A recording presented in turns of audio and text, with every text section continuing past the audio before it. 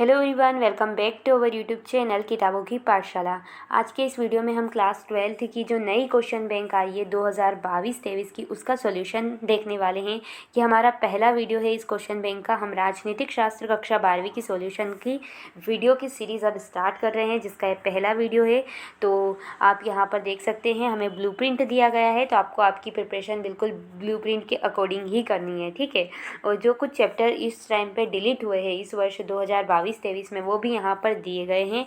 इस पीडीएफ जो ये पीडीएफ है, इसका लिंक मैं आपको डिस्क्रिप्शन बॉक्स में डाल दूँगी, ठीक है। तो आप वहाँ से इसको डाउनलोड भी कर लेना। तो हमारा जो पहला चैप्टर है उसकी तरफ अगर हम बढ़े तो हम पाते हैं कि पहले चैप्टर को इस वर्ष हटा दिया गया है। तो अब हम सीधे सेकेंड चैप्टर पे पहुंच जाते हैं और इसके सॉल्यूशन को देखेंगे, ठीक है। तो पहले कुछ स्मरणीय बिंदु है, तो आप इनको अच्छे से रीड कर लीजिएगा, इनसे ऑब्जेक्टिव बनने की संभावना है, ठीक। उसके बाद अगर हम बात करें ऑब्जेक्टिव टाइप यानी कि एमसीक्यू क्वेश्चन की, तो इनका सॉल्यूशन मैं आपको प्रोवाइड नहीं करूँगी। अब क्यों नहीं करूँगी? क्योंकि ऑलरेडी इनका जो सॉल्यूशन है, ये जो सारे क्वेश्चन है, रिक्त स्थान हुए, सही जोड़ी हुई आपकी, एक वाक्य में जो हुए, सत्य असत्य हुए, इन सब का सॉल्यूशन ये आपको यहाँ पर दिया हुआ है इस पीडीएफ में, ठीक है। नीचे सिर्फ हम तो आपको यहाँ से इनका सॉल्यूशन देखना है। हम सिर्फ इनका सॉल्यूशन करेंगे जो हमारे क्वेश्चंस है, यानी कि जो हमारे 2 मार्कर, 3 मार्कर, 4 मार्कर जो हमारे क्वेश्चंस रहेंगे उनका, ठीक। तो यहाँ तक हमारे सत्य असत्य तक आ रहे हैं। तो ये सारे सॉल्यूशन ऑलरेडी पीडीएफ में है, तो आप उसको डाउनलोड करें और वहाँ से इसका देख ले सॉल्यूशन। अब हम देखते हैं अति लघुत्तरीय क्वेश्चन आंसरों का सॉल्यूशन, ठीक। स्टार्ट करते हैं। पहला क्वेश्चन है, द्विध्रुवीयता का क्या अर्थ है? दो ध्रुवीयता से क्या मतलब है? तो चलिए इसके आंसर को देखते हैं। तो जैसे कि आप स्क्रीन पर देख सकते हैं, द्विध्रुवीय व्यवस्था का तात्पर्य है ऐसी व्यवस्था से जिसमें दो शक्तियों का अस्तित्व होता है। जैसे कि शीत युद्ध के समय अमेरिका व सोवियत संघ के कारण विश्व द्विध्रुवी हो गया था। द्विध्रुवीयता का सीधा मतलब है कि विश्व का दो भागों में बंट जाना, ठीक है। ऐसा कब होता है? जब दो सुपर पावर होती है, जब जो पूरी दुनिया में दो सबसे बड़ी शक्तियाँ होती है, उस टाइम पर विश्व जो होता है वो द्विध्रुवीय व्यवस्था को अपना लेता है। तो ये इसका आंसर है, स्क्रीनशॉट ले लीजिए। चलिए बढ़ते हैं नेक्स्ट क्वेश्चन की तरफ। अब नेक्स्ट क्वेश्चन है यहाँ पर, शॉक थेरेपी के कोई दो परिणाम लिखिए। तो चलिए इसके आंसर को भी देखते हैं कि शॉक थेरेपी के क्या दो परिणाम हैं। तो जैसा कि आप स्क्रीन पर देख सकते हैं, शॉक थेरेपी के परिणाम। सबसे पहले, शॉक थेरेपी से अर्थव्यवस्था तहस नहस हो गई। रूस का पूरा औद्योगिक ढांचा चरमरा उठा। यानी कि शॉक थेरेपी जब अपनाई गई तो उससे उन देशों ने जिन्होंने शॉक थेरेपी अपनाई, उनकी इकोनॉमी पूरी तरीके से बर्बाद हो गई, और जो उद्योग धंधे थे वो भी कहीं ना कहीं पूरी तरीके से डूब गए या पतन में चले गए। शॉक थेरेपी के परिणाम स्वरूप माफिया वर्ग का उदय हुआ। एक स्पेशल वर्ग बना, उसका नाम था माफिया वर्ग, उसका उदय हुआ शॉक थेरेपी के कारण। और रूसी मुद्रा जो थी रूबल, उसके मूल्य में नाटकीय ढंग से गिरावट आई, यानी कि बहुत ज़्यादा गिरावट आ गई रूसी मुद्रा के मूल्य में, ठीक। तो ये शॉक थेरेपी के परिणाम है, स्क्रीनशॉट ले लीजिए। चलिए बढ़ते हैं नेक्स्ट क्वेश्चन की तरफ। अब हमारे सामने नेक्स्ट है प्रश्न क्रमांक 3, सोवियत संघ के विघटन के कोई दो कारण लिखिए। तो सोवियत संघ का विघटन क्यों हुआ, इसके दो कारण बताने। तो चलिए इसके आंसर को भी देखते हैं। तो जैसा कि आप स्क्रीन पर देख सकते हैं, सोवियत संघ के विघटन के कारण, सोवियत संघ की राजनीतिक व आर्थिक संस्थाएं अंदरूनी रूप से कमज़ोर हो गई थी। पहला कारण क्या है कि जो वहाँ की पॉलिटिकल संस्थाएं थी वो कमज़ोर हो चुकी थी। और एक देश को कौन चलाता है, एक संघ को कौन चलाता है, उसकी पॉलिटिकल कंडीशन ही डिसाइड करती है वो कितने अच्छे से चलेगा। तो जो इसकी राजनीतिक संस्थाएँ थी वही कहीं ना कहीं वहाँ की कमज़ोर हो चुकी थी। दूसरा, सोवियत संघ ने अपने संसाधनों का अधिकांश प्रयोग परमाणु हथियार व सैन्य साजों के समान में करता था, जिससे उस पर गहरा आर्थिक दबाव पड़ा और सोवियत संघ के पतन का कारण बना। यानी कि सोवियत संघ ने क्या किया, उसके जो संसाधन थे या उसका जो पैसा था, उसका सबसे ज़्यादा प्रयोग उसने देश में न कर देश के लिए सैन्य सामान जो रहते, परमाणु हथियार जो रहते, उनके लिए किया, जिससे अंदर जो देश की समस्या थी वो उनको हल नहीं कर पाया, और इससे सोवियत संघ का विघटन हो गया। तो दूसरा रीज़न ये है। तीसरा, गोबाचेव की नीतियों को भी सोवियत संघ के पतन का कारण समझा जाता है। आप सबको पता है गोबाचेव ने ग्लानोस्तार और पुनर्स्थापित की जो नीति अपनाई थी, जिसके परिणाम स्वरूप ही सोवियत संघ का विघटन हुआ। तो ये इसका आंसर है, स्क्रीनशॉट ले लीजिए इसका। चलिए बढ़ते हैं नेक्स्ट क्वेश्चन की तरफ।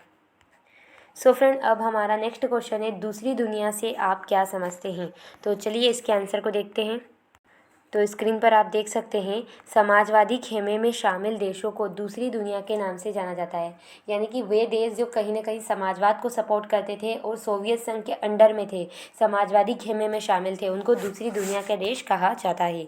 तो ये इसका आंसर है स्क्रीनशॉट। चलिए बढ़ते हैं नेक्स्ट क्वेश्चन की तरफ। अब अगला क्वेश्चन है हमारा प्रश्न क्रमांक 5।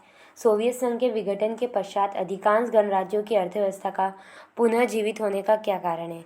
यानी कि सोवियत संघ का जब विघटन हुआ तो उसके पश्चात अधिकांश गणराज्यों की अर्थव्यवस्था फिर पुनर्जीवित हो चुकी थी। तो इसके पीछे क्या कारण थे? तो चलिए इसके आंसर को भी देखते हैं।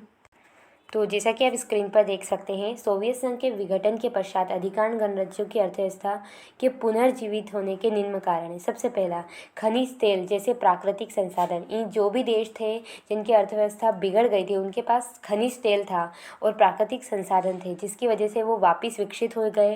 प्राकृतिक संसाधनों का निर्यात किया, जो भी संसाधन उनके पास थे उनको उन्होंने दूसरे देश में दिया, जिससे वो वापस से अपनी इकोनॉमी को सुधार पाए। गैस व तेल उत्पादक के ये देश थे। गैस और तेल जो है, जो सबसे ज़्यादा एक्सपेंसिव है आज के टाइम पे, हम ये कह सकते हैं। तो उनका इन्होंने एक्सपोर्ट किया, तो इसके कारण इनको काफ़ी फ़ायदा हुआ। ठीक, कई देशों से तेल की पाइपलाइन गुजरी, जिससे उन देशों को आर्थिक फ़ायदा हुआ। कई देशों से तेल की पाइपलाइन भी गई, इससे भी उस देश को फ़ायदा मिला। तो ये कुछ कारण है जिसकी वजह से वो जो देश है वो वापस विकसित हो गए, उनकी अर्थव्यवस्था वापस पुनर्जीवित हो गई। तो स्क्रीनशॉट ले लीजिए इसका। बढ़ते हैं क्वेश्चन बैंक की तरफ। तो जैसा कि आप स्क्रीन पर देख सकते हैं, अब हमारा प्रश्न क्रमांक 6 है, सोवियत प्रणाली के कोई 2 दोष लिखिए। जो सोवियत प्रणाली थी उसके क्या दोष है वो बताना है। तो चलिए इसके आंसर को देखते हैं। तो जैसा कि आप स्क्रीन पर देख सकते हैं, सोवियत प्रणाली के दोष। सोवियत संघ की राजनीतिक प्रणाली सत्तावादी हो गई थी, यानी कि वहाँ की जो पॉलिटिकल पार्टीज़ थी या फिर वहाँ के जो भी संस्थान थी, वो कहीं ना कहीं सत्ता को, यानी कि उनको जनता की भलाई नहीं दिख रही थी, बस वो पावर चाहते थे। वह जनता की व राजनीतिक आर्थिक आकांक्षाओं को पूरा नहीं कर पा रही थी, और इसीलिए वो जो जनता है उसकी राजनीतिक और आर्थिक जो उम्मीदें थी उनको पूरा नहीं कर पा रही थी, जो कि सोवियत संघ की एक कमी है या एक उसका दोष है। उसके बाद सेकेंड, सोवियत संघ 15 गणराज्य, जिसमें रूस भी शामिल है, से मिलकर बना था, परंतु दबदबा मात्र रूस का ही था, इसलिए दूसरे गणराज्य की जनता उपेक्षित व दमित महसूस करती। हुआ क्या कि 15 गणराज्य मिलकर कहीं ना कहीं सोवियत संघ का निर्माण किया।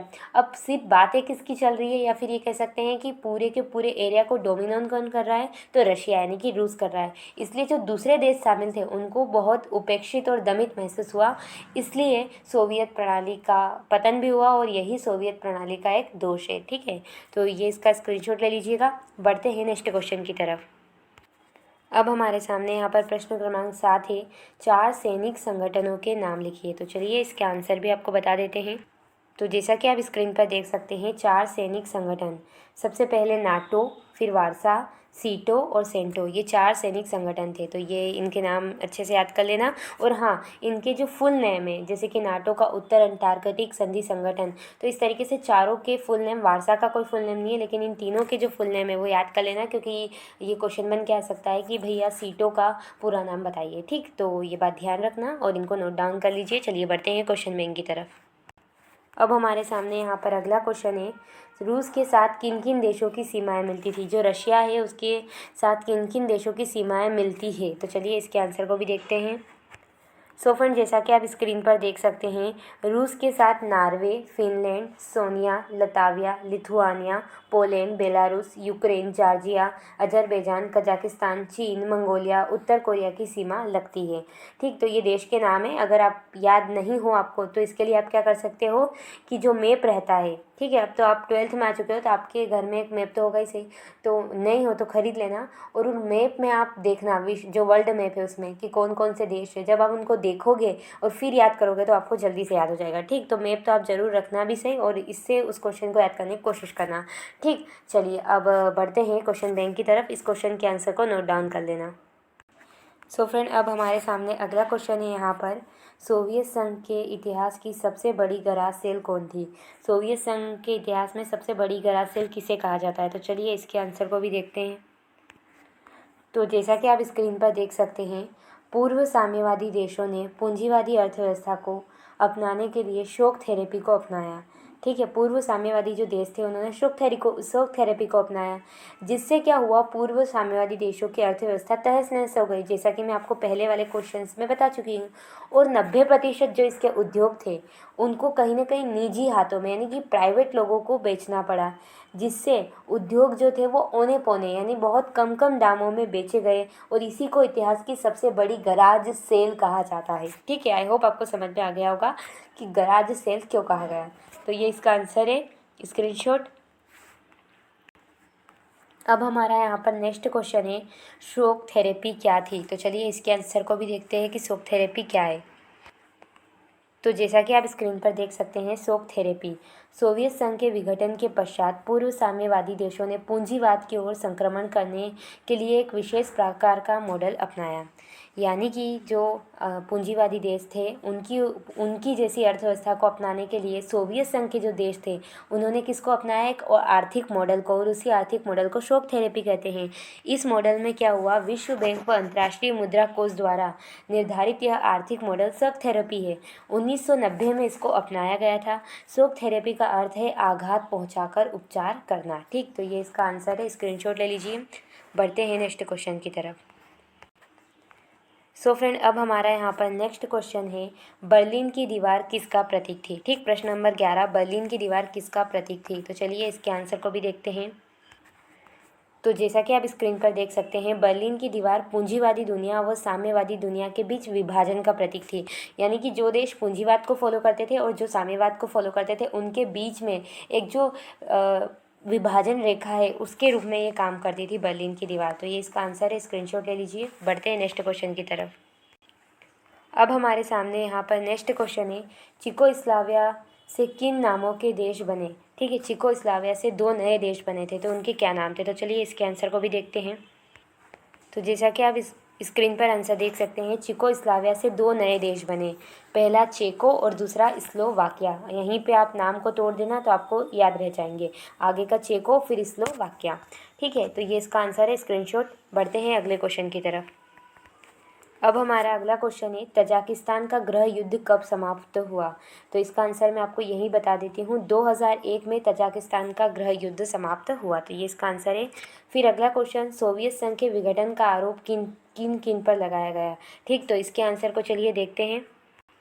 तो जैसा कि आप स्क्रीन पर देख सकते हैं, सोवियत संघ के विघटन का आरोप मिखाइल गोर्बाचेव पर लगाया गया। जो मिखाइल गोर्बाचेव थे उन पे कहीं ना कहीं सोवियत संघ के विघटन का आरोप लगाया गया। तो ये इसका आंसर है, स्क्रीनशॉट ले लीजिए। बढ़ते हैं नेक्स्ट क्वेश्चन की तरफ। अब हमारा लास्ट क्वेश्चन है, ध्रुवीकरण का क्या अर्थ है। तो चलिए इसके आंसर को भी देखते हैं। तो जैसा कि आप स्क्रीन पर देख सकते हैं, ध्रुवीकरण व्यवस्था का तात्पर्य है सैन्य शक्ति के केंद्रों से, यानी कि सेना की जो शक्ति है उसके केंद्र होना, उसको बोलते हैं ध्रुवीकरण। ठीक, और जो मैंने फर्स्ट क्वेश्चन का आंसर जो आपको बताया था वो भी आप इसके आंसर में लिख सकते हो। ठीक, तो चलिए बढ़ते हैं क्वेश्चन बैंक की तरफ। सो फ्रेंड, इस तरीके से हमारे जो 2 मार्कर छोटे छोटे क्वेश्चंस थे उनके आंसर मैंने आपको बता दिए हैं। अब जो हमारे बड़े क्वेश्चन यानी कि 3 मार्कर लघुत्तरी क्वेश्चन, उसको हम इस चैप्टर के पार्ट 2 में देखेंगे। ठीक, हमने अति लघुत्तरी क्वेश्चन कर लिए हैं, अब पार्ट 2 में हम बड़े क्वेश्चन को देखेंगे। आई होप इस वीडियो से आपकी हेल्प हुई होगी पॉलिटिकल साइंस के लिए। अगर हेल्प हुई हो तो प्लीज़ वीडियो को लाइक करें, और जो भी पॉलिटिकल साइंस के स्टूडेंट हैं जिनको क्वेश्चन बैंक का सोल्यूशन चाहिए उनको ये वीडियो ज़रूर शेयर करें, आपके फ्रेंड्स को ज़रूर शेयर करें। थैंक्स फॉर वॉचिंग, धन्यवाद।